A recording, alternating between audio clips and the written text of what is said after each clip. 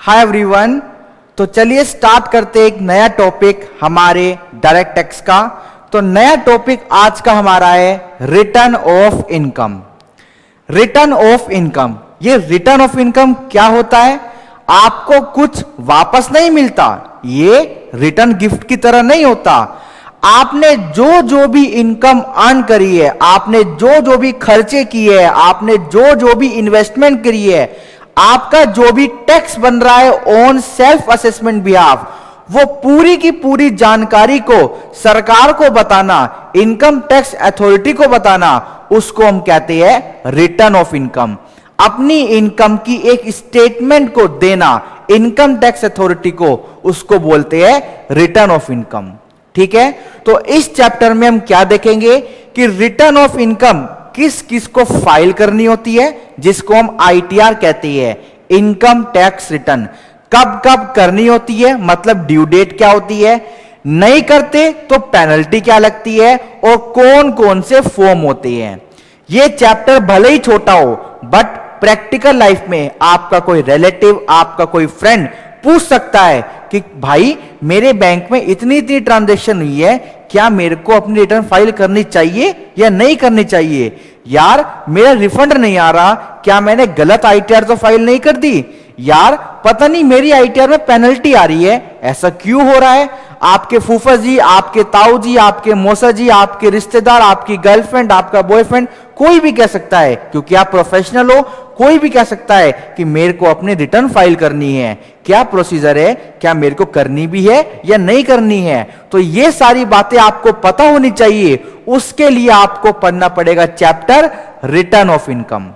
ठीक है, क्या पढ़ना पड़ेगा? Return of income. और एग्जाम में भी इस पर केस स्टडी आ जाती है। 8 नंबर का क्वेश्चन आया था एक बार, 2-2 नंबर के 4 उसके सब पार्ट्स थे।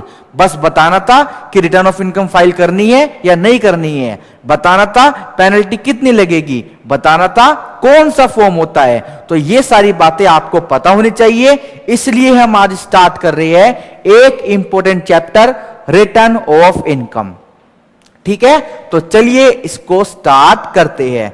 पेन का कलर कौन सा लूं? I prefer the purple one. चलिए, return of income. Topic 1, person required to file ITR. किन किन पर्सन को, पर्सन मतलब individual, HUF, firm, AOP, BOI, company, आपकी ट्रस्ट, ये पर्सन होती है। तो किन किन को अपनी रिटर्न ऑफ इनकम फाइल करनी है? ठीक है, every company and firm.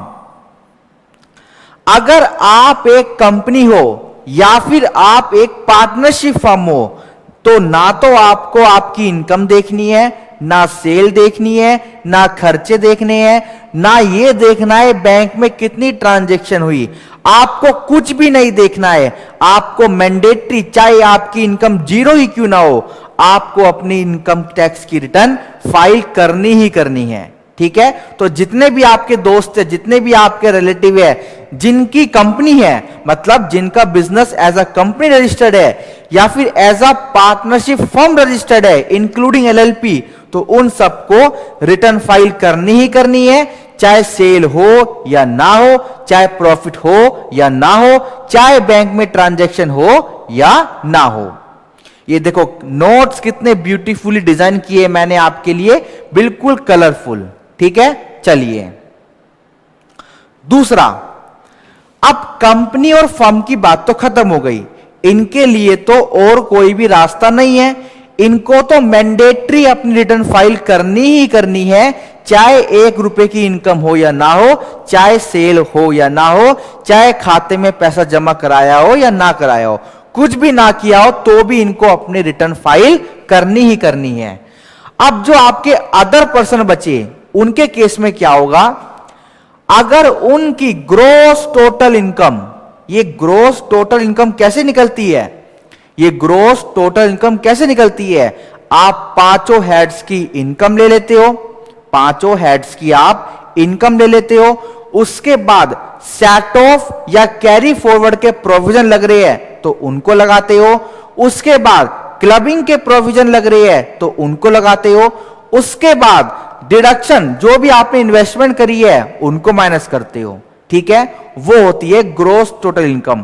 But ये कह रहे हैं कि आप section 54, 54B, 54D, 54EC, 54F, 54G, 54GA और 54GB इन सेक्शन में भी आप डिडक्शन नहीं लेंगे, इन सेक्शन में भी आप एग्जम्पशन नहीं लेंगे।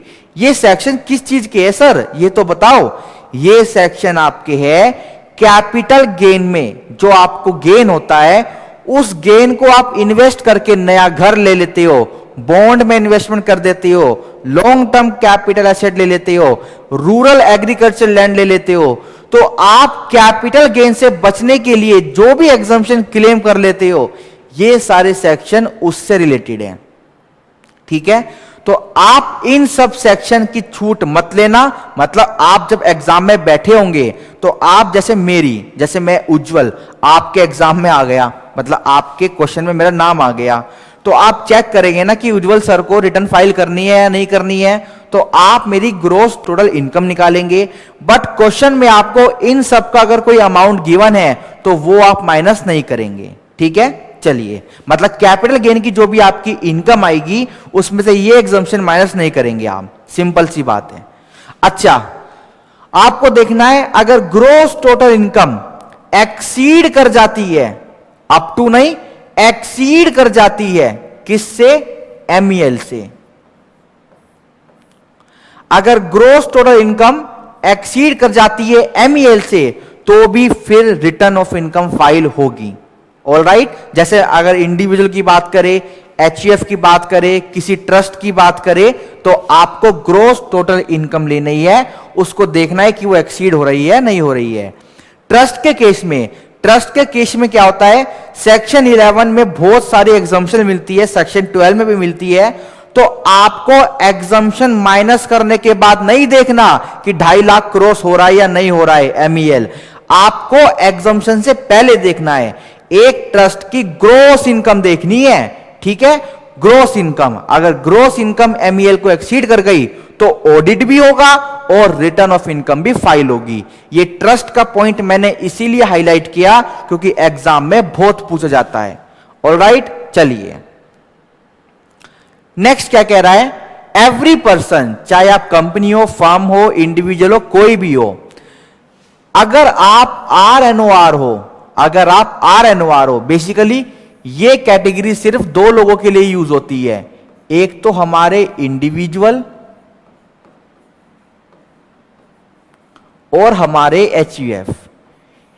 ये कह रही है अगर इनके पास, मतलब ये बेनिफिशियल ओनर है या फिर बेनिफिशियरी है किस चीज के, ऐसे एसेट के including any financial interest in an entity, मतलब शेयर डिवेंचर जो लोकेटेड है आउटसाइड इंडिया, या फिर इनके पास, देखो ये तो एक ऑप्शन था, दूसरा इनके पास साइनिंग अथॉरिटी है किसी भी अकाउंट में जो आउटसाइड इंडिया है, मतलब किसी के साथ ज्वाइंट अकाउंट है और उनमें इनके साइन चलते हैं, तो फिर भी इनको अपनी रिटर्न को फाइल करना पड़ेगा। अपनी रिटर्न में बताना पड़ेगा कि मेरे एसेट इतने बाहर है या फिर मेरा किसी अकाउंट में साइनिंग इंटरेस्ट है। बेनिफिशियल ओनर होता है जो रियल ओनर होता है संपत्ति का, और बेनिफिशियरी वो होता है जिसको कुछ फायदे मिलते हैं। तो दोनों ही केस में आपको रिटर्न ऑफ इनकम को फाइल करना ही करना है, ठीक है। चलिए टॉपिक नंबर 2 क्या कहता है, आइए टॉपिक नंबर 2 पे चलते हैं। ये टॉपिक आपका अमेंड हो चुका है, बट अभी क्योंकि हमारी बुक्स में नहीं आया है तो अभी हम इसमें, मतलब अमेंड का मतलब जो लिखा है वो तो है ही, इसमें 3-4 पॉइंट्स और ऐड हुए हैं। पहले मैं आपको बताता हूं टॉपिक क्या है। अगर आपके एग्जाम में वो 4-5 पॉइंट्स लगेंगे तो मैं आपको मैसेज कर दूंगा, आपको फोन कर दूंगा और वो क्लिप भी ऐड करवा दूंगा हमारे वीडियो में, ठीक है। आपको टेंशन नहीं लेना है कि हम सर ये तो क्या हुआ, ये तो आप अधूरा पढ़ा रहे हो, तो ऐसा नहीं होगा। ऑलराइट, चलिए पहले मैं आपको बताता हूं टॉपिक क्या है। टॉपिक ये है mandatory rules for filing ITR, ये आई होगा, for filing ITR for person other than firm and company. देखो, फर्म और कंपनी को तो कुछ भी नहीं देखना, क्योंकि वो तो ऊपर फंस गए, इनको तो अपनी रिटर्न फाइल करनी ही करनी है।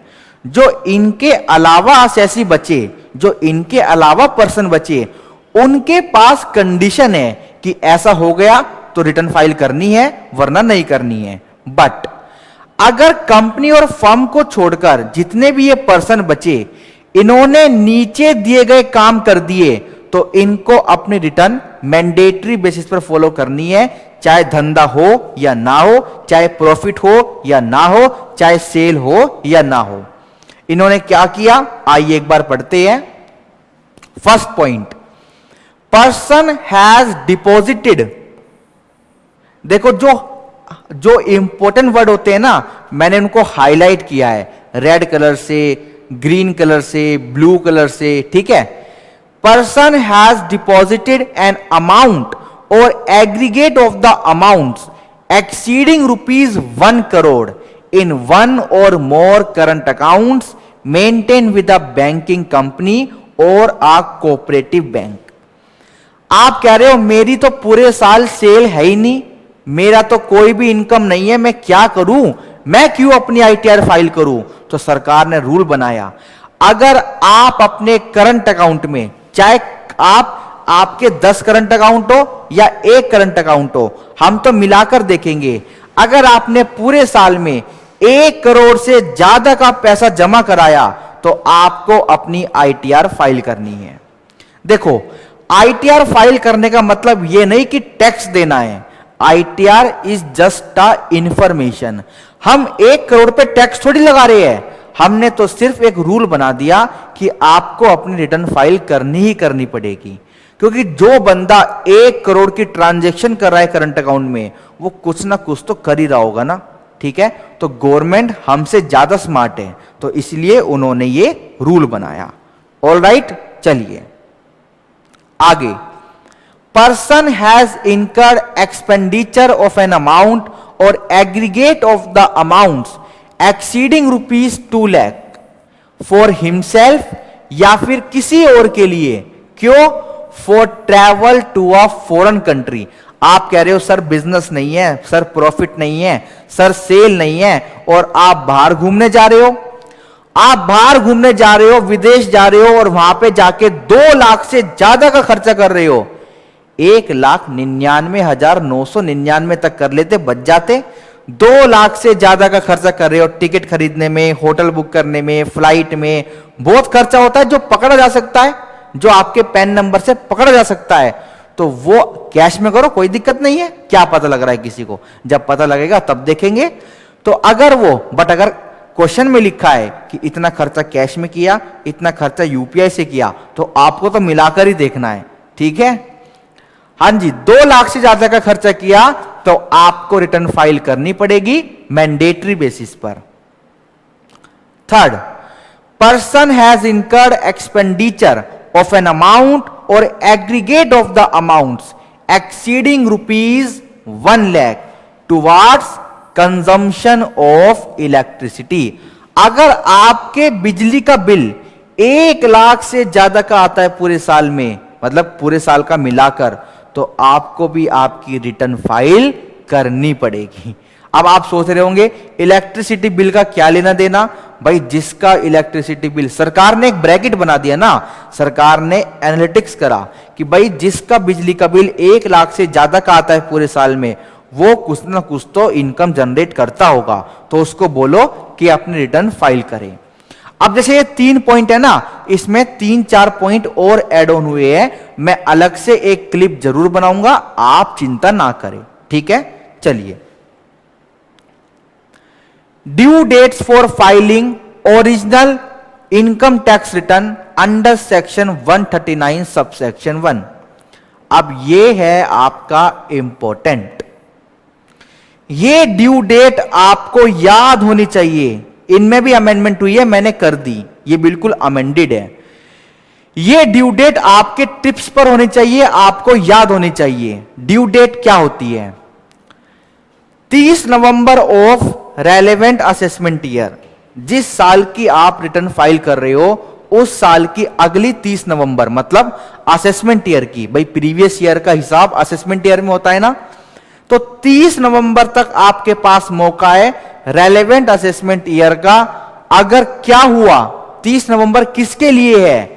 For an assessee including the partners of the firm being such assessee who is required to furnish a report referred to in section 92E। International taxation में जो भी बिजनेस करता है जिसके ऊपर ट्रांसफर प्राइसिंग के प्रोविजन लगते हैं उनको 30 नवंबर तक रिटर्न फाइल करनी होती है, क्योंकि जिसके ऊपर ट्रांसफर प्राइसिंग के प्रोविजन लगती है उनको ज्यादा कैलकुलेशन करनी पड़ती है, तो इसीलिए सरकार उनको रिलीफ देती है।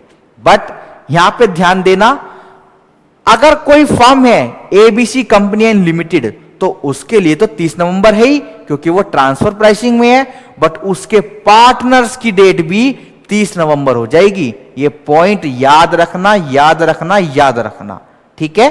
पहले ऐसा नहीं था, अब ऐसा हो गया है। अगली डेट आपकी है 31 October of the relevant assessment year. ये किन के लिए है? For company. For company, company क्यों हाईलाइट किया मैंने? क्योंकि कंपनी का टर्नओवर 1 रुपया हो चाहे 0 रुपया हो, प्रॉफिट 1 रुपया हो चाहे 0 रुपया हो, कंपनी को मैंडेटरी स्टैट्यूटरी ऑडिट कराना होता है, क्योंकि वो कंपनीज एक्ट की एक गाइडलाइंस है। तो कंपनी को जब ऑडिट कराना होता है तो उनकी डेट 31 अक्टूबर हो जाती है। और वो हर असेसी जिसका ऑडिट हुआ है किसी भी कानून में, चाहे वो स्टैट ऑडिट हो, कॉस्ट ऑडिट हो, सेक्रेटरियल ऑडिट हो, टैक्स ऑडिट हो, कोई भी ऑडिट हो, कोई भी ऑडिट हो। यहां पे टैक्स ऑडिट जरूरी नहीं है। फॉर एग्जांपल, कंपनी का टर्नओवर 1 करोड़ के पार नहीं हुआ, बट उसका कंपनी एक्ट में स्टैट ऑडिट तो होना ही है, तो उसकी तारीख भी 31 अक्टूबर, ठीक है? तो any audit for any assessee and for a partner जिसकी फर्म का ऑडिट हुआ है, तो उस पार्टनर को भी रियायत मिल जाएगी, उस पार्टनर को भी रिलीफ मिल जाएगी। 31 अक्टूबर उसके लिए भी हो जाएगा। ये दोनों पॉइंट याद रखना पार्टनर के लिए, ये वाला पार्टनर वाला पॉइंट और ये वाला पार्टनर वाला पॉइंट। अब जो भी असेसी ऊपर के दोनों केस में कवर नहीं हुए वो नीचे आ जाएंगे 31 July of the relevant assessment year. For others not covered above, जो ऊपर कवर नहीं हुए वो नीचे आ जाएंगे, वो नीचे आ जाएंगे। कोई ट्रस्ट हुई, मतलब बस आप ये देख लेना, जो ऊपर नहीं आए, जो ऊपर नहीं आए वो आपके नीचे आ जाएंगे। ट्रस्ट का ऑडिट हुआ तो वो 31 अक्टूबर में आ जाएगा, वरना वो 31 जुलाई में आ जाएगा। ऑडिट के लिए मैंने आपको बता दिया कि सेक्शन 11 और 12 से एग्जम्पशन की रिसीप्ट देखनी है कितनी है। ऑलराइट, चलिए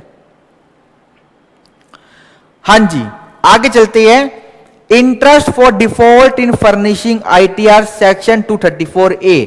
वैसे इंटरेस्ट के चैप्टर में इस पर बात होएगी, फिर भी मैं आपको एक बार बता देता हूं। मतलब ड्यू डेट खत्म होने के बाद अगर आपने अपनी रिटर्न फाइल नहीं करी तो जो भी आपका टैक्स बन रहा है उस पे 1% का ब्याज लगेगा, ठीक है? Interest for default in furnishing ITR section 234A। Interest is payable where an assessee furnishes the return of income after the original due date, या फिर फाइल ही नहीं करता और does not furnish the return of income। Interest कितने rate से लगेगा? Rate is simple interest 1% per month और part of the month. अगर एक महीना एक दिन डिले किया तो पूरे के पूरे 2 महीनों का ब्याज लगेगा, और ये 1% है। तो फॉर एग्जाम्पल 10,000 टैक्स था, 1% का रेट है और 3 महीनों के लिए, सॉरी 2 महीनों के लिए लगेगा।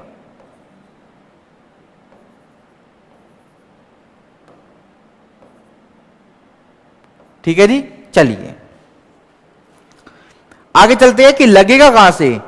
Interest period is start from the next day after original due date expired. जैसे ही आपकी 31 जुलाई, 31 अक्टूबर या फिर 30 नवंबर खत्म हुई, अगले दिन से ब्याज लगना चालू हो जाएगा। और कब तक लगेगा? जब तक आप रिटर्न फाइल नहीं करते थे। And ends on the date of furnishing of the return. Next, fourth, but if no ITR is filed, then interest remains applicable till the date of completion of assessment by AO। आपने अपनी return file नहीं करी, आप भी बिल्कुल नाराज हो गए कि नहीं करूंगा, कुछ भी कर लो, तो नहीं करोगे ना, तो इनकम टैक्स वाले आपका असेसमेंट खुद कर देंगे, आपकी इनकम खुद निकाल देंगे और आपको डिमांड नोटिस भेज देंगे। तो जब आपका असेसमेंट हो गया, तब तक आपके ऊपर इंटरेस्ट लगेगा 234A में। और डिमांड नोटिस आया, डिमांड नोटिस का आपने पेमेंट नहीं करा, तो डिमांड नोटिस का समय खत्म होते ही उस डिमांड पर भी ब्याज लगना चालू हो जाएगा। ये सारी बातें इंटरेस्ट वाले चैप्टर में आपको देखने को मिलेगी। Fifth point, the interest has to be calculated on the amount of tax on total income as reduced by advance tax paid, TDS और टीसीएस डिडक्टेड। कोई रिलीफ है, कोई टैक्स का क्रेडिट है, जैसे एएमटी और मैट का, उसको हम सेट ऑफ करेंगे। मतलब क्या हुआ, जैसे मेरा टीडीएस कटा हुआ है 15,000 रुपए, और साल खत्म होने के बाद मैंने अपनी पूरी इनकम कैलकुलेट करी, तो मेरा जो टैक्स बन रहा था, वो टैक्स बन रहा था आपका फॉर एग्जाम्पल 12,000 रुपए। तो 12,000 में से क्या हुआ, 15,000 तो मैं पे कर चुका, तो 3,000 मेरा रिफंड है, तो इस पर तो कोई ब्याज नहीं लगेगा। बट अगर हम उल्टा करें कि मेरा जो टैक्स बन रहा है वो 16,000 है और टीडीएस कट चुका है 15,000, तो इस 1,000 पर ब्याज लग जाएगा अगर मैंने ये 1,000 रुपए टाइम पर फाइल नहीं करे। ठीक है, अब एक केस आपको बताता हूं कि मेरा कोई टीडीएस नहीं है, मेरा कोई टीसीएस नहीं है, मेरा कोई एडवांस टैक्स नहीं है, कुछ भी नहीं है। मैंने अपनी इनकम बनाना शुरू करा और मेरी इनकम 5 लाख तक है, मतलब जितना भी टैक्स बन रहा था उस पूरे के पूरे टैक्स की रिबेट मिल गई, तो कोई भी टैक्स नहीं बन रहा। अब फिर भी मैंने रिटर्न को लेट फाइल करा, भूल गया था, मेरा एक्सीडेंट हो गया था, मैं बंबई चला गया था, तो फिर भी इंटरेस्ट नहीं लगेगा क्योंकि टैक्स ही नहीं बन रहा। हाँ, लेट फाइलिंग की फीस जरूर लगेगी, 1,000 रुपए या 5,000 रुपए, अभी आगे देखेंगे आप। ठीक है, चलिए, ये कह रहे हैं no interest under section 234A shall be charge on self assessment tax paid by the assessee on और before the due date of filing return of income. भाई जो टैक्स पे कर चुके उस पर तो ब्याज नहीं लगेगा ना, सिंपल सी बात है, वो तो माइनस होगा। हां जी, if any interest already paid by assessee, जैसे असेसी वो था बड़ा ईमानदार, उसने कुछ ब्याज का पैसा पहले ही जमा करा दिया, उसको पता था कि मेरा ब्याज लग सकता है, तो अगर कोई इंटरेस्ट आपने पहले ही जमा करा दिया तो जो भी फाइनल इंटरेस्ट बनेगा उसमें से वो पहले वाला माइनस हो जाएगा। ठीक है, then the same shall be reduced. Alright, चलिए,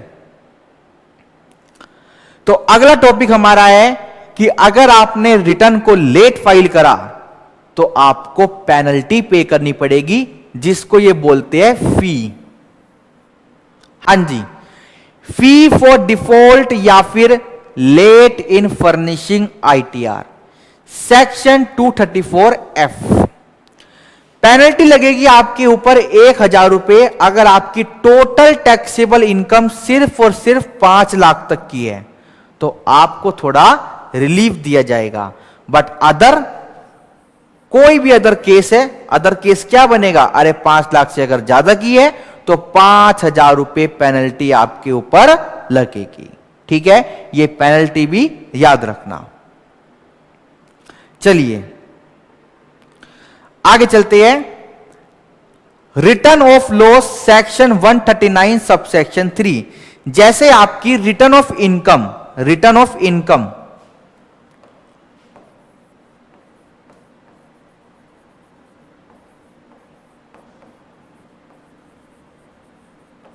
हां जी, जैसे आपकी return of income section 139 subsection 1 में जाती है, ऐसी आपको लॉस भी तो हो सकता है, आपको लॉस भी तो हो सकता है, तो उसका सेक्शन आपका है return of loss. Sir loss हो गया तो भी रिटर्न फाइल करनी है क्या? हां, इसका सेक्शन है सेक्शन 139 सबसेक्शन 3। सर मेरा लॉस हो गया तो रिटर्न फाइल करने की क्या जरूरत है? देखो, अगर आप कंपनी हो, अगर आप फर्म हो, तो फिर तो कोई ऑप्शन है नहीं। अगर आप मैंडेटरी रूल में आ गए फिर भी कोई ऑप्शन नहीं है। बट जो अदर्स बचे, अगर उनको लगता है कि यार लॉस की रिटर्न फाइल करके क्या फायदा, तो फायदा है। आपने एक चैप्टर का नाम सुना होगा, set of and carry forward. जो आपका इस साल लॉस हुआ है, फॉर एग्जांपल 5 लाख का, अगले साल इनकम हुई 20 लाख की, तो 20 लाख की इनकम हुई तो 20 लाख पे टैक्स भी देना पड़ेगा। बट अगर आपने अपने रिटर्न को, लॉस ऑफ रिटर्न को फाइल करा, तो जो आपका पिछले साल 5 लाख का लॉस था वो कैरी फॉरवर्ड होगा और सेट ऑफ हो जाएगा। तो आपकी 20 लाख की इनकम अगले साल की 15 लाख की रह जाएगी और आपके ऊपर लगने वाला टैक्स भी कम हो जाएगा। तो इसलिए रिटर्न ऑफ लॉस भी जरूर फाइल करनी चाहिए, ये तो पक्का फाइल करो। ठीक है, चलिए। अच्छा, सेट ऑफ और कैरी फॉरवर्ड के रूल्स क्या होते हैं, वो सारे की सारी बातें set of and carry forward में हम पढ़ेंगे। जो पढ़ चुके हैं वो अच्छी बात है। ठीक है, चलिए। The assessee to file a return of loss in the same manner as in case of return of income within the time allowed under section 139(1). अगर जो भी टाइम लिमिट है आपकी 139(1) की, वही फॉलो होगी आपकी रिटर्न ऑफ लॉस के केस में। 31 जुलाई, 31 अक्टूबर और आपकी 30 नवंबर। If assessee unable to file the return of loss within original due date, then following loss cannot be carry forward to next year। देखो, एक तो सरकार आपको फायदा दे रही है कि आप अपने पिछले साल के लॉस को सेट ऑफ कर सकते हो अगले साल से। बट सरकार कह रही है जिस साल में लॉस हुआ है ना, उस साल की रिटर्न को टाइम पे फाइल करना। अगर आपने बिलेटेड फाइल करी, चाहे आपने पेनल्टी क्यों ना पे कर दी हो, बट आपको उन लॉस का फायदा नहीं मिलेगा। उन लॉस को हम कैरी फॉरवर्ड नहीं होने देंगे। ठीक है, किन लॉस को कैरी फॉरवर्ड नहीं होने देंगे? Business loss, speculation business loss, loss from specified business, मतलब सारे बिजनेस का लॉस हम नहीं सेट ऑफ होने देंगे। कैपिटल गेन का लॉस भी नहीं सेट ऑफ होने देंगे। और अदर सोर्स में जो ये हमारी एक्टिविटी होती है, ओइंग एंड मेंटेनिंग रिसोर्सेज, इसका भी हम लॉस नहीं सेट ऑफ होने देंगे। ठीक है, क्योंकि अदर सोर्स से और किसी भी इनकम से लॉस नहीं हो सकता। बाकी सब इनकम आपकी आती आती है, उसमें कुछ लगता नहीं है।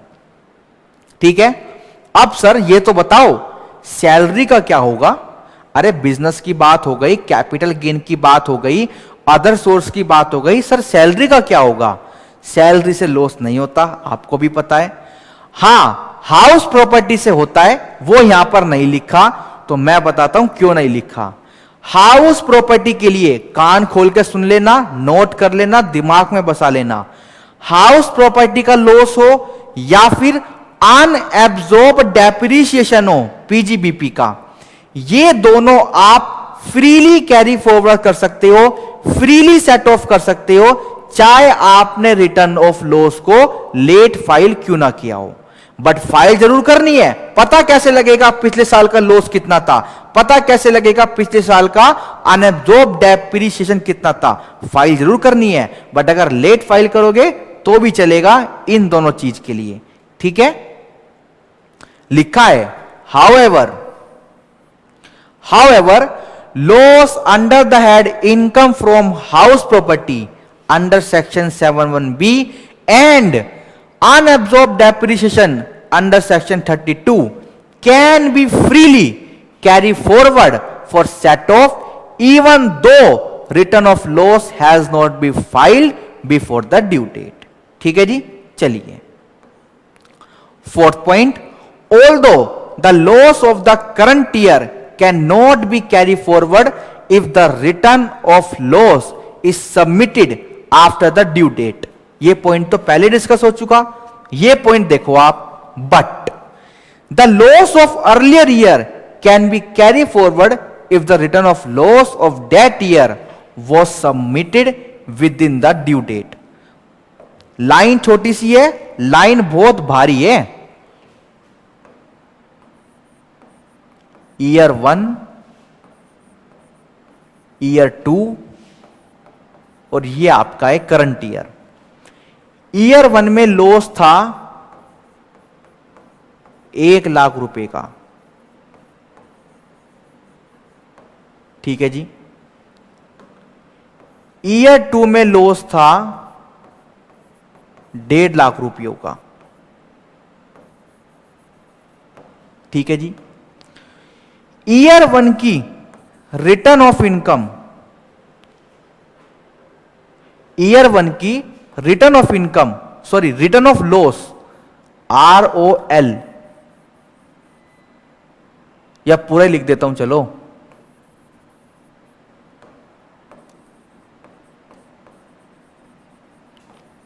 Return of loss filed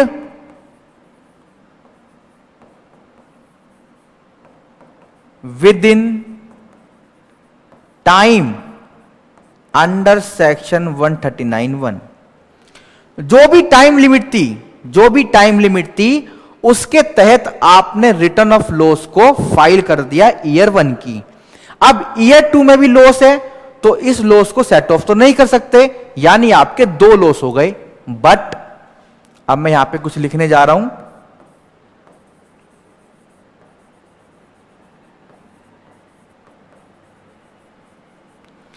return of loss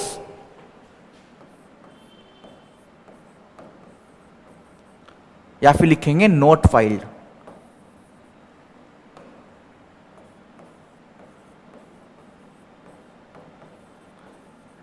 note filed within due date under section 139 subsection 1। हां जी, ईयर 2 में जो लॉस था 1.5 लाख रुपयों का, उसकी रिटर्न ऑफ लॉस को आपने टाइम पर फाइल नहीं किया। अब आते हैं करंट ईयर में, अब आते हैं करंट ईयर में।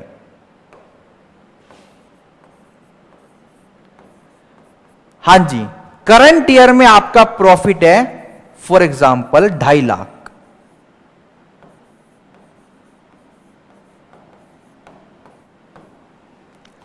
करंट ईयर में आपका प्रॉफिट है 2.5 लाख। अब आपको यह बताना है क्या ये 1 लाख उस 2.5 लाख से सेट ऑफ हो जाएगा? हां, क्योंकि रिटर्न ऑफ लॉस टाइम पे फाइल करी। अब आपको बताना है क्या ये 1.5 लाख उस 2.5 लाख से सेट ऑफ हो जाएगा? सर नहीं होगा, नॉट सेट ऑफ। सर नहीं होगा क्योंकि आपने रिटर्न ऑफ लॉस को टाइम पे फाइल नहीं किया। तो इस लाइन में यह लिखा था आपने ईयर 2 का लॉस तो अलाउ नहीं किया, बट ईयर 1 का भी डिसअलाउ कर दोगे क्या? नहीं। ईयर 1 की क्या गलती है? उसने तो अपनी रिटर्न को टाइम पे फाइल किया, तो यह आपका अलाउ होगा सेट ऑफ की। ठीक है, यह पॉइंट मैं आपको बताना चाहता था। तो यहां से 1 लाख माइनस हो जाएगा और करंट ईयर की इनकम आपकी 1.5 लाख आ जाएगी।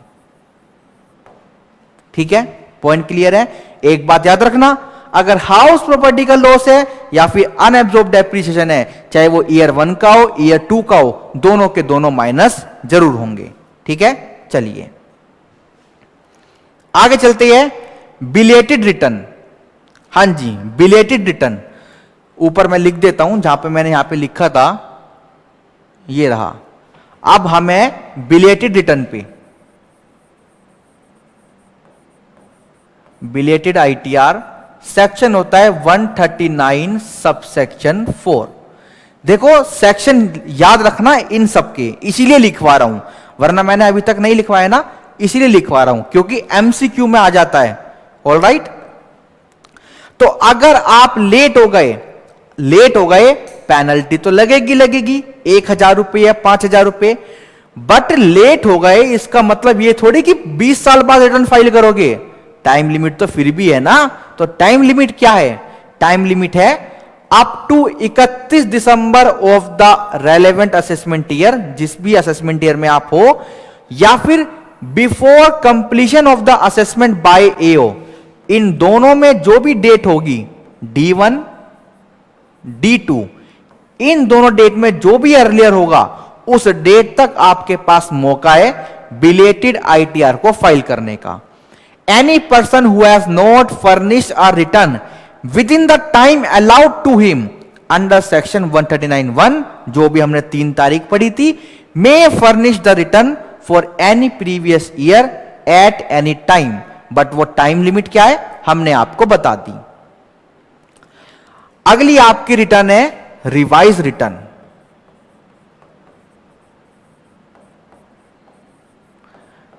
(139) सबसेक्शन 5। आप ये सोच रहे होंगे कि रिटर्न ऑफ लॉस का सेक्शन सबसेक्शन 2 होना चाहिए था, ऐसा नहीं है। ठीक है, अब हम आते हैं रिवाइज रिटर्न पे। भाई हम सब इंसान हैं, इंसान से गलती हो जाती है। अगर आपकी ओरिजिनल रिटर्न गलत हो जाती है तो आप रिवाइज कर सकते हो। आपकी बिलेटेड रिटर्न गलत हो जाती है, रिवाइज कर सकते हो। आपकी लॉस ऑफ रिटर्न गलत हो जाती है, रिवाइज कर सकते हो। कोई भी परेशानी की बात नहीं है। एक बार रिवाइज करा, फिर लगा यार ये तो गलत कर दिया, दोबारा रिवाइज कर लो, कोई भी दिक्कत वाली बात नहीं है। ठीक है, बट क्या होगा, जो भी पिछली रिटर्न होगी आपकी वो खत्म हो जाएगी, मतलब उसको हम इग्नोर करेंगे। और जो रिवाइज रिटर्न है उसको, जो बाद में आपकी लेटेस्ट रिवाइज है, उसको हम मानेंगे कि ये आपकी ओरिजिनल रिटर्न है। आइए पढ़ते हैं। If any person having furnished a return under section 139(1) और a belated return under section 139(4) discover any omission, पता लगता है कि कुछ हम भूल गए या फिर कुछ हमने गलती कर दी, तो फिर he may furnish a revise return at any time. Time limit क्या है? सेम है, 31 दिसंबर या फिर date of completion of assessment year, जैसे हमने अभी बिलेटेड रिटर्न में पढ़ा था। इन दोनों में जो भी अर्लियर होगा उस तक का मौका आपके पास है। इंपॉर्टेंट नोट, ये कहते हैं replacement of original return, once a revise return is filed then it replaces the earlier return. एक बार रिटर्न फाइल कर दी तो ये आपकी मतलब एक बार आपने रिटर्न को रिवाइज कर दिया तो ये आपकी पिछली रिटर्न को, जो भी आपने फाइल करी थी, उसको हटा देगा, रिप्लेस कर देगा। रिवीजन ऑफ रिवाइज रिटर्न, एक रिवाइज रिटर्न को आप दोबारा भी रिवाइज कर सकते हो।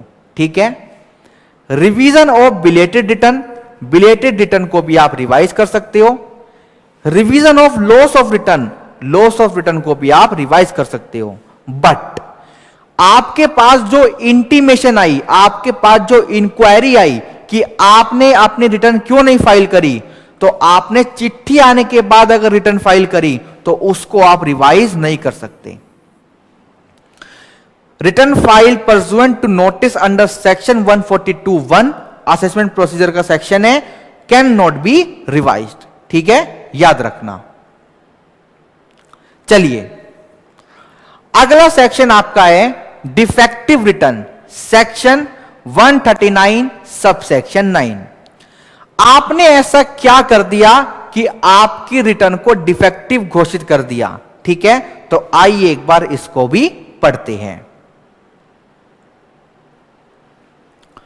हां जी, तो आइए देखते हैं कि आपने ऐसा क्या किया कि आपकी रिटर्न डिफेक्टिव हो गई। Under this section the assessing officer has the power, उनके पास शक्ति है क्या? To call upon the assessee, assessee को बोलेंगे कि अपनी रिटर्न को ठीक करो जो कि हमने डिफेक्टिव घोषित कर दी है। Call upon the assessee to rectify a defective return. where the assessing officer considers that the return of income furnished by the assessee is defective. जब असेसिंग ऑफिसर को यह लगेगा कि वो रिटर्न डिफेक्टिव है तो वो क्या करेंगे, असेसी को इंटीमेट करेंगे, बताएंगे the defect to the assessee की ये तेरी रिटर्न में ये गलती है, and give him an opportunity, और मौका देंगे कि इस गलती को ठीक कर लो within a period of 15 days. 15 दिन का मौका है. कहां से? From the date of such intimation. जब आपके पास इंटीमेशन आई, उस इंटीमेशन को लेकर 15 दिन आपके पास है. ठीक है, मतलब इंटीमेशन वाला दिन भी काउंट होगा. The assessing officer has the option to extend the time period beyond 15 days on an application made by the assessee. अगर असेसी एक रिक्वेस्ट करे कि मेरे को थोड़ा सा टाइम और दे दो, तो एओ आपको दे सकती है. ठीक है. If the defect is not rectified with in the period of 15 days और सच फर्दर एक्सटेंडेड पीरियड, मतलब कहने का है अगर आपने टाइम लिमिट के अंदर अपनी डिफेक्ट को ठीक नहीं किया तो क्या होगा, हम ये मानेंगे कि आपकी रिटर्न इनवैलिड हो गई. Then the return would be treated as an invalid return. The effect would be the same as if the assessee had failed to furnish the return. और जब आपकी रिटर्न इनवैलिड हो जाएगी तो क्या होगा, हम ये मानेंगे कि आपने कोई भी रिटर्न फाइल नहीं करी. कोई भी रिटर्न फाइल नहीं करने का जो भी प्रोविजन होता है, जो भी पेनल्टी होती है, जो भी इंटरेस्ट होता है, वो सब का सब आपके ऊपर लग जाएगा. Where however the assessee rectifies the defect after the expiry of the period of 15 days और further extended period, but before assessment is made, then the AO can accept the delay and treat the return valid. भाई officer के mood के ऊपर बात है. मतलब ये कह रही है अभी आपका असेसमेंट ऑफिसर ने पूरा नहीं किया, आपकी टाइम लिमिट भी खत्म हो गई रिटर्न को रिवाइज करने की, बट फिर भी उनके कुछ करने से पहले आपने रिटर्न को रिवाइज कर दिया और असेसिंग ऑफिसर ने स्वीकार भी कर लिया, तो उनके पास मौका है, उनके पास ये ऑप्शन है कि आपके डिले को वो स्वीकार कर सकते हैं, बट उनके असेसमेंट से पहले. अगर उन्होंने अपना काम पूरा करके आपकी फाइल खत्म कर दी तो खत्म. ऑलराइट, चलिए अब सर ये तो बताओ कि ये रिटर्न डिफेक्टिव कैसे हुई. ITR shall be regarded as defective if following document are absent. अगर आपने नीचे दिए गए डॉक्यूमेंट सरकार को नहीं दिए तो आपकी रिटर्न को डिफेक्टिव माना जाएगा. पहला एनेक्सर मतलब अटैचमेंट. दूसरा a statement showing the computation of the tax payable on the basis of the return.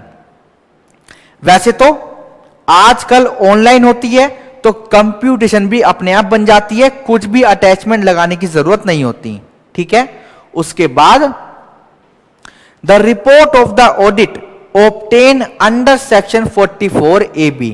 अगर आपका टैक्स ऑडिट हुआ है और आपने टैक्स ऑडिट की रिपोर्ट सरकार को नहीं दी, अगर आपने टैक्स ऑडिट की रिपोर्ट सरकार को नहीं दी तो आपकी ITR को इनवैलिड यानी डिफेक्टिव मान लिया जाएगा. उसके बाद आपने जो भी टैक्स की पेमेंट करी है उसका अगर प्रूफ आपने नहीं दिया, the proof regarding the tax if any claimed to have been deducted यानी TDS और कलेक्टेड TCS या फिर एडवांस टैक्स या फिर सेल्फ असेसमेंट टैक्स, इन सब के प्रूफ आपके पास होने चाहिए. तो आजकल तो सब ऑनलाइन रिफ्लेक्ट हो जाता है तो इनकी जरूरत नहीं है, बट फिर भी एग्जाम में आया तो ये तो लिखना ही पड़ेगा. Next the proof of the amount of compulsory deposit. ठीक है. Next copies of manufacturing account, trading account, P&L account, income and expenditure account और other similar account and balance sheet. अगर आपने ये नहीं दिया तो फिर आपके रिटर्न को हम डिफेक्टिव मानेंगे. Personal account of the proprietor नहीं दिया तो डिफेक्टिव मानेंगे, पर्सनल अकाउंट ऑफ पार्टनर या फिर मेंबर नहीं दिया तो डिफेक्टिव मानेंगे। पार्टनर का पर्सनल अकाउंट किन की बुक्स में? फर्म की बुक्स में। Partners personal account in firm, members personal account, यहां पे कोमा है, members personal account in the AOP या फिर बीओआई। उसके बाद audited profit and loss account and balance sheet and audit report अगर आपने नहीं दी, अगर आपका ऑडिट हुआ है स्टैट ऑडिट, तो फिर आपकी रिटर्न को डिफेक्टिव मानेंगे। अगर आपका कॉस्ट ऑडिट हुआ है और आपने कॉस्ट ऑडिट रिपोर्ट नहीं दी तो आपकी रिटर्न को डिफेक्टिव मानेंगे। आप कह रहे हो सरकार से, सरकार मैं तो छोटा व्यापारी हूं, मैं तो बनाता ही नहीं खाते, तो मैं क्या करूं? If regular books of account not maintain, तो भाई छोटे व्यापारी ये नीचे दी गई चीजें दे देना। अगर आपने ये नीचे दी गई चीजें नहीं दी तो फिर आपकी रिटर्न भी डिफेक्टिव हो जाएगी छोटे व्यापारी। आ स्टेटमेंट इंडिकेटिंग, एक स्टेटमेंट एक कागज पे लिखना कि आपका टर्नओवर कितना है, मतलब ग्रोस रिसिप्ट कितनी है, आपका ग्रोस प्रॉफिट कितना है, खर्चे कितने हैं, फिर नेट प्रॉफिट कितना है, बिजनेस का या प्रोफेशन का। ठीक है, छोटे व्यापारी ये सब चीज आप बता देना, और किस आधार पे आपने ये सारे अमाउंट निकाले हैं वो भी हमको बताना, मतलब अटैचमेंट लगाना। फिर हमको बता देना आपके डेटर कितने हैं, आपके क्रेडिटर कितने हैं, आपका स्टॉक कितना है, आपके पास कैश एट द एंड कितना है, मतलब कैश एंड बैंक बैलेंस बता देना। The amount of total sundry debtor, sundry creditor, stock in trade, cash balance as at the end of the previous year. ठीक है, चलिए अब ये सेक्शन भी याद रखना, 139(4)A याद रखना। सेक्शन 139(4)A में किसकी रिटर्न जाती है? रिटर्न ऑफ इनकम जाती है एक चैरिटेबल ट्रस्ट की। ठीक है, एक चैरिटेबल ट्रस्ट की रिटर्न जाती है 139(4)A में। अगर नहीं फाइल करते तो पेनल्टी लगती है 100 रुपए प्रतिदिन की। यहां पे 1000 और 5000 नहीं लगती, 100 रुपए पर डे की लगती है। आइए एक बार रीड करते हैं।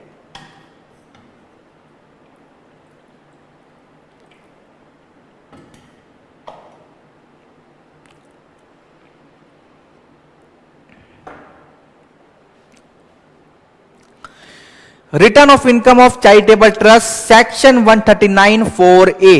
Every person who is in the receipt of, अच्छा चैरिटेबल ट्रस्ट की रिटर्न कौन फाइल करेगा? बिल्डिंग नहीं, उसका ऑथर जो उसको चला रहा है। तो हमने बोला जो पर्सन जिसको पैसा मिलता है किस चीज का? चैरिटेबल ट्रस्ट की इनकम का, मतलब income from property held under the trust और अदर लीगल ऑब्लिगेशन होली और पार्टली फॉर चैरिटेबल या फिर रिलीजियस पर्पस, या फिर income by way of voluntary contribution on behalf of such trust और institution, and if such income before allowing exemption under section 11 और 12 exceed the maximum amount which is not chargeable to tax, must file a return of income before the due date under section 139(1). ये तो मैंने आपको बता दिया था कि हमको देखना है 11 और 12 से पहले आपकी जो ग्रोस इनकम है अगर वो MEL को एक्सीड कर गई तो रिटर्न फाइल करनी है। Penalty, where an assessee fails to file return of income under this section within the time limit, then he shall be liable to pay a penalty of ₹100 per day during which such failure continue। जब तक file नहीं करते 100 रुपए प्रतिदिन लगता रहेगा। Next, return of income of political party, इसका भी सेक्शन याद रखना। ये छोटी छोटी बातें MCQ में आती है। 139(4)B। ठीक है, पॉलिटिकल पार्टी, भाजपा, कांग्रेस, आम आदमी पार्टी, इन सब की भी रिटर्न जाती है। The chief executive officer CEO of any political party is required to furnish a return in respect of income of such political party if the amount of gross total income before allowing exemption, इनको भी exemption मिलती है ना, उसको नहीं claim करना, पहले देखो क्या MEL को एक्सीड कर रही है। अगर MEL को एक्सीड कर रही है तो इनको भी अपनी रिटर्न फाइल करनी है, ठीक है। और शायद इनके केस में कोई भी पेनल्टी नहीं है। आगे चलते हैं। Return of income of scientific research association etcetera, section भाई याद रखना 139(4)(c। आगे चलते हैं। Every research association, new agency, association और institution, specified employ welfare fund, university, educational institution, hospital, medical institution, fund institution, trust institution, university, hospital, mutual fund, securitisation trust, investor protection fund, core settlement guarantee fund, venture capital company और venture capital fund, trade union और कोई association, body और authority और board और trust और commission, infrastructure date fund, इन सबको file करनी है इनकी रिटर्न। इनको देखना है एग्जम्पशन से पहले, एग्जम्पशन से पहले अगर इनकी इनकम MEL को एक्सीड कर गई तो रिटर्न फाइल करनी है। Must file a return if the total income without giving effect to the provision of section 10। Section 10 में हम देखते हैं कि इन सबको क्या क्या एग्जम्पशन मिलती है। सेक्शन 10 है ही एग्जम्पशन का, तो उन एग्जम्पशन को माइनस मत करना, पहले देखो इनकम कितनी है। अगर वो MEL के एक्सीड हो गई तो फिर आपको अपनी रिटर्न फाइल करनी है। Alright. Penalty, where an assessee fails to file return of income under this section within the time limit, then he shall be, मतलब it shall be liable to pay a penalty of ₹100 per day during which such failure continues. Next, return of income of investment fund, section याद रखना 139(4)(f. Every investment fund referred to in section 115(u)(b) shall furnish the return of income in respect of its income or loss in every previous year as per section 139(1). इसके case में भी penalty नहीं है, अच्छी बात है। Next, अब next topic ये है, मतलब ये भी पुराने जमाने का टॉपिक है। पुराने जमाने में रिटर्न मैनुअली बनती थी तो उस पे साइन होते थे असेसी के। अब तो क्या होता है, OTP, bank verification, demat account या फिर डिजिटल सिग्नेचर की मदद से आपके रिटर्न पे साइन हो जाते हैं। तो टॉपिक आपका पुराने जमाने का है, बट एग्जाम में तो थ्योरी में आएगा, तो आपको याद रखना है कि रिटर्न पे साइन कौन कौन कर सकता है। आइए चलते हैं। इंडिविजुअल के केस में वो खुद ही करता है, बट अगर इंडिविजुअल भारत में नहीं है, when the individual concern is absent from India, तो क्या होगा, या तो वो खुद आकर साइन कर दे इंडिविजुअल हिमसेल्फ, या फिर अपने किसी ऑथराइज पर्सन को भेज दे, ठीक है, और बाय ऑथराइज और by duly authorised person of such individual. अगर वो इंडिविजुअल मेंटली इनकैपेसिटेटेड है तो क्या होगा, उस इंडिविजुअल का कोई भी गार्जियन या फिर कोई भी कॉम्पिटेंट पर्सन, मतलब जिसके पास अथॉरिटी है, वो साइन कर सकता है, ठीक है। Where by any other reason it is not possible for the individual to verify the return, मतलब अगर ऊपर के 3 केस में भी नहीं, चौथा केस अदर्स आता है तो कोई भी ऑथराइज पर्सन कर सकता है। कुल मिला के या तो भाई खुद कर दे या फिर तेरा ऑथराइज पर्सन कर देगा, बट अगर तू मेंटली इनकैपेसिटेड है तो तेरा गार्जियन भी कर सकता है। बट इन सबको कुछ प्रूफ तो देना पड़ेगा कि हम ऑथराइज हैं इनके बिहाफ पे, तो इनको पावर ऑफ अटर्नी देनी पड़ेगी। बस एक सिंपल कागज पे लिखा होगा कि मैंने, मतलब जैसे मेरी बात करे, मैं साइन नहीं कर सकता, मैंने अपने ब्रदर को ऑथराइज कर रखा है अपने बिहाफ पे, एक कागज पे लिखकर साइन कर दूंगा और उस पे स्टैम्प ड्यूटी लगवा दूंगा, तो बस वो क्या हो जाएगा, ऑथराइज हो जाएगा। अब आते हैं एचयूएफ के केस में। एचयूएफ के केस में एचयूएफ का कर्ता साइन करता है इन जनरल। अगर कर्ता नहीं है तो फैमिली में जो भी बुजुर्ग है, मतलब सबसे बड़ा सीनियर एडल्ट, वो साइन कर सकता है। वेयर द कर्ता इज एब्सेंट फ्रॉम इंडिया या फिर मेंटली इनकैपेसिटेड, ये आता है 5 नंबर में, आपका थ्योरी में आ जाता है पूरा। फर्म के केस में मैनेजिंग पार्टनर साइन करता है। अगर मैनेजिंग पार्टनर साइन नहीं कर पाया, if due to any reason it is not possible for managing partner to verify, और where there is no managing partner, managing partner है ही नहीं, तो जो भी एडल्ट पार्टनर होगा, जो भी सीनियर पार्टनर होगा, वो साइन करेगा। एलएलपी के केस में क्या होगा, डेजिग्नेटेड पार्टनर साइन करेगा। अगर डेजिग्नेटेड पार्टनर नहीं कर पाया तो कोई भी पार्टनर कर सकता है, या फिर जो भी व्यक्ति को आपने ऑथराइज कर रखा है वो साइन कर सकता है। If due to any unavoidable reason such designated partner is not able to verify the return, और where there is no designated partner, अगर कोई है ही नहीं डेजिग्नेटेड पार्टनर, तो फिर कोई भी पार्टनर कर सकता है। लोकल अथॉरिटी के केस में सिर्फ और सिर्फ प्रिंसिपल ऑफिसर कर सकते हैं। पॉलिटिकल पार्टी के केस में सिर्फ और सिर्फ चीफ एग्जीक्यूटिव ऑफिसर कर सकते हैं।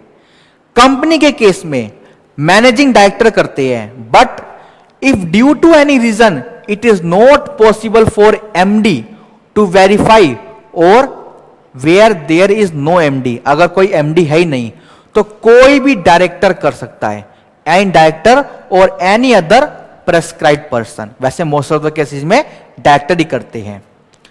कंपनी के केस में where an application for corporate insolvency resolution process has been admitted by the adjudicating authority under IBC insolvency and bankruptcy code 2016, तो फिर कौन साइन करेगा, वो insolvency professional, CA, CMA, CS आप बन सकते हो, इंसॉल्वेंसी प्रोफेशनल, जो भी वो एजुकेटिंग अथॉरिटी अपॉइंट करेगी। ठीक है। नॉन रेजिडेंट कंपनी के केस में क्या होगा, a person holding a valid power of attorney, मतलब जो भी ऑथराइज है वो साइन करेगा, और उस ऑथराइजेशन का, उस पावर ऑफ अटर्नी का एक प्रूफ भी आपको देना पड़ेगा। अब अगर आपकी कंपनी का लिक्विडेशन होना स्टार्ट हो गया है, ऊपर तो सिर्फ एप्लीकेशन हुई थी, अब लिक्विडेशन स्टार्ट हो गया है, तो लिक्विडेटर कंपनी का साइन करेगा। ठीक है। कंपनी के केस में, कंपनी के 3-4 केस है, देखो, पहला, दूसरा, तीसरा, चौथा, पांचवा, छठा। Where the management of the company has been taken over by the central या फिर स्टेट गवर्नमेंट, तो सेंट्रल और स्टेट गवर्नमेंट का जो भी प्रिंसिपल ऑफिसर होगा वो साइन करेगा रिटर्न पे। नेक्स्ट, एनी अदर एसोसिएशन में कोई भी मेंबर या कोई भी प्रिंसिपल ऑफिसर साइन कर सकता है, और कोई भी अदर पर्सन में सच पर्सन या फिर उसके बिहाफ पे जो भी ऑथराइज्ड है वो साइन कर सकता है। ठीक है, पॉइंट क्लियर है। चलिए, हां जी, तो अब हम आ चुके हैं कि हमारे इनकम टैक्स रिटर्न में कौन कौन से फॉर्म होते हैं। जब आप किसी की आईटीआर फाइल करने जाओगे तो पता तो होना चाहिए कि कौन सा फॉर्म लगेगा इस एसएससी पे, बड़ा इंपॉर्टेंट है ये टॉपिक। तो आइए एक बार पढ़ते हैं। फॉर्म नंबर 1 आईटीआर 1, जिसको बोलते हैं हम सहज या सहाज, ये किन किन के लिए है, वो इंडिविजुअल जिनकी सैलरी इनकम है, या फिर 1 हाउस प्रॉपर्टी है, बट अगर हाउस प्रॉपर्टी से लॉस है तो फिर आईटीआर 1 नहीं, आईटीआर 2 फाइल करना, ये वाली। ठीक है, आगे चलते हैं। इंडिविजुअल की अदर सोर्स की इनकम है अगर, जैसे इंटरेस्ट, बट अगर आप does not have any loss under the head, अगर आपका कोई लॉस है तो फिर ITR 1 नहीं, ITR 2 फाइल करना। बट अगर आपकी विनिंग फ्रॉम लॉटरी है या फिर रेस सोर्सेज है तो भी आप ITR 1 फाइल नहीं करेंगे, ITR 2 फाइल करेंगे। ठीक है, मैं यहां पे लिख देता हूं ITR 2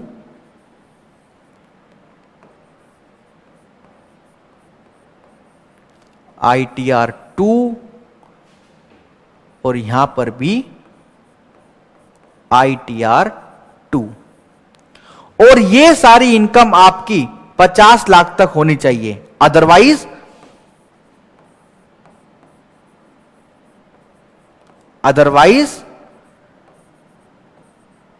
go to ITR 2, otherwise go to ITR 2।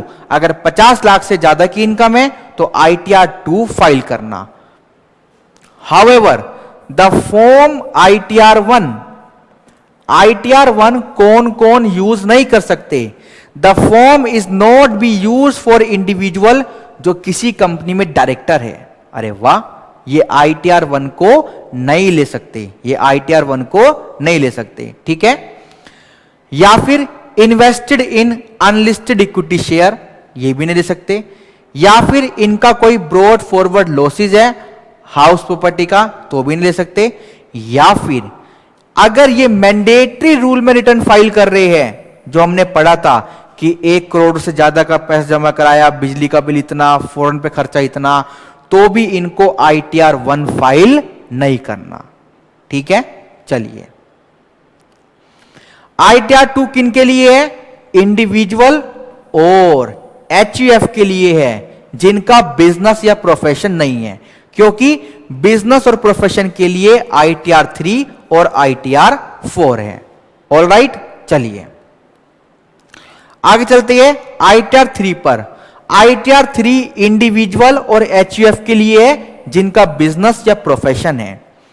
ITR 4 उनके लिए है जिनका बिजनेस या प्रोफेशन है और वो प्रिजम्पटिव स्कीम को ऑप्ट कर रहे हैं, वो प्रिजम्पटिव स्कीम को ऑप्ट कर रहे हैं। PGBP में हम देखते हैं प्रिजम्पटिव स्कीम क्या होती है। बट ITR 4 यूज नहीं कर सकते वो इंडिविजुअल जो डायरेक्टर है किसी कंपनी में, जैसे हमने ITR 1 में पढ़ा था, इनके पास अनलिस्टेड इक्विटी शेयर है, या फिर इनके पास हाउस प्रॉपर्टी का ब्रॉड फॉरवर्ड लॉस है। ऑलराइट, चलिए ITR 5 किसके लिए होती है? ITR 5 भी आपकी ट्रस्ट, रिसर्च एसोसिएशन, मतलब कुल मिला के NGOs के लिए होती है। ठीक है, NGOs के लिए होती है for person other than individual, HUF, company और पर्सन फाइलिंग फॉर्म ITR 7। ठीक है, एंड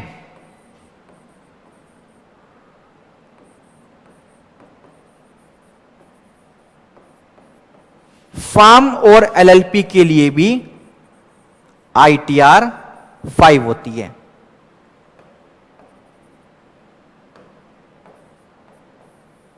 हां जी, फर्म और LLP के लिए भी ITR आपकी 5 होती है। ITR 6 किसके लिए होती है? ये कंपनीज के लिए होती है, बट जो NGO कंपनी है वो या तो 5 में आएंगी या फिर वो 7 में आएगी। ये देखो लिखा है ना, ठीक है, पॉइंट क्लियर है। तो अगर वो एग्जम्पशन ले रही है तो ITR 7 में आएगी, वरना वो ITR 5 में जाएगी NGO। ठीक है, ITR 7 for person including companies required to furnish return under section 194A trust, 194B, C, D और F, हमने अभी ऊपर बात करी थी। आगे चलते हैं ITR V। ये ITR V क्या होता है? जब आप अपने रिटर्न को फाइल कर देते हो तो आपको एक एक्नॉलेजमेंट मिलता है, वो उसका फॉर्म नंबर होता है ITR V, income tax return verification form, where the data of the aforesaid return of income has transmitted electrically without digital signature. अब तो सबको ही मिलता है ITR V। हां जी, नोट, ITR 1 और ITR 4 कौन कौन यूज नहीं कर सकते? वैसे तो हमने ऊपर पढ़ लिया, फिर भी एक बार दोबारा पढ़ लेते हैं। ITR 1 and ITR 4 cannot be used by a person who is an ROR, जो एक ROR है, and has, जिनकी कोई संपत्ति है आउटसाइड इंडिया, चाहे वो शेयर डिवेंचर भी क्यों ना हो, कोई साइनिंग अथॉरिटी है किसी खाते में आउटसाइड इंडिया, या फिर किसी भी ऐसी सोर्स से इनकम है जो आउटसाइड इंडिया है, तो ये तीनों ITR 1 या ITR 4 को नहीं लेंगे। तो क्या लेंगे? ITR 2 लेंगे। बिजनेस है तो ITR 3 लेंगे। ठीक है, चलिए। अगर आप रिलीफ चाहते हो, रिलीफ क्लेम कर रहे हो, has claimed any relief under section 1990A और 91, ये क्या है आपका? DTAA की relief, double taxation avoidance agreement में ये सारी रिलीफ मिलती है। अगर आप ले रहे हो तो ITR 1 या ITR 4 मत ऑप्ट करना। अगर आपकी एग्रीकल्चर इनकम है 5,000 से ज्यादा की, तो फिर भी आपको ITR 1 या फिर ITR 4 नहीं लेनी, ITR 2 लो। अगर बिजनेस भी है साथ में तो ITR 3 लो, अगर प्रिजम्पटिव है तो ITR 4 लो। ठीक है। Has income of the nature refer to in section 115 BBE, तो फिर भी आपको ITR 1 और ITR 4 नहीं लेनी। या फिर आप डायरेक्टर हो किसी कंपनी में, आपके पास अनलिस्टेड इक्विटी शेयर है, या फिर आपका ब्रॉड फॉरवर्ड लॉसेस है हाउस प्रॉपर्टी से, तो भी आप ITR 1 या ITR 4 को नहीं ले सकते। ठीक है, चलिए आगे चलते हैं। 26AS स्टेटमेंट, जब भी आप रिटर्न फाइल करोगे, ऐसा हो ही नहीं सकता कि आप किसी असेसी का 26AS ना देखो। 26AS में सारी डिटेल होती है, कितना TDS कटा, किस इनकम पे कटा, कितना एडवांस टैक्स पे कर चुके, कितना सेल्फ असेसमेंट टैक्स पे कर चुके, कितना आपका रिफंड आया, कितनी आपकी GST में सेल है। GST 3B से डाटा भी ये उठाता है। आइए पढ़ते हैं। The following details on yearly basis have been provided in form 26AS statement.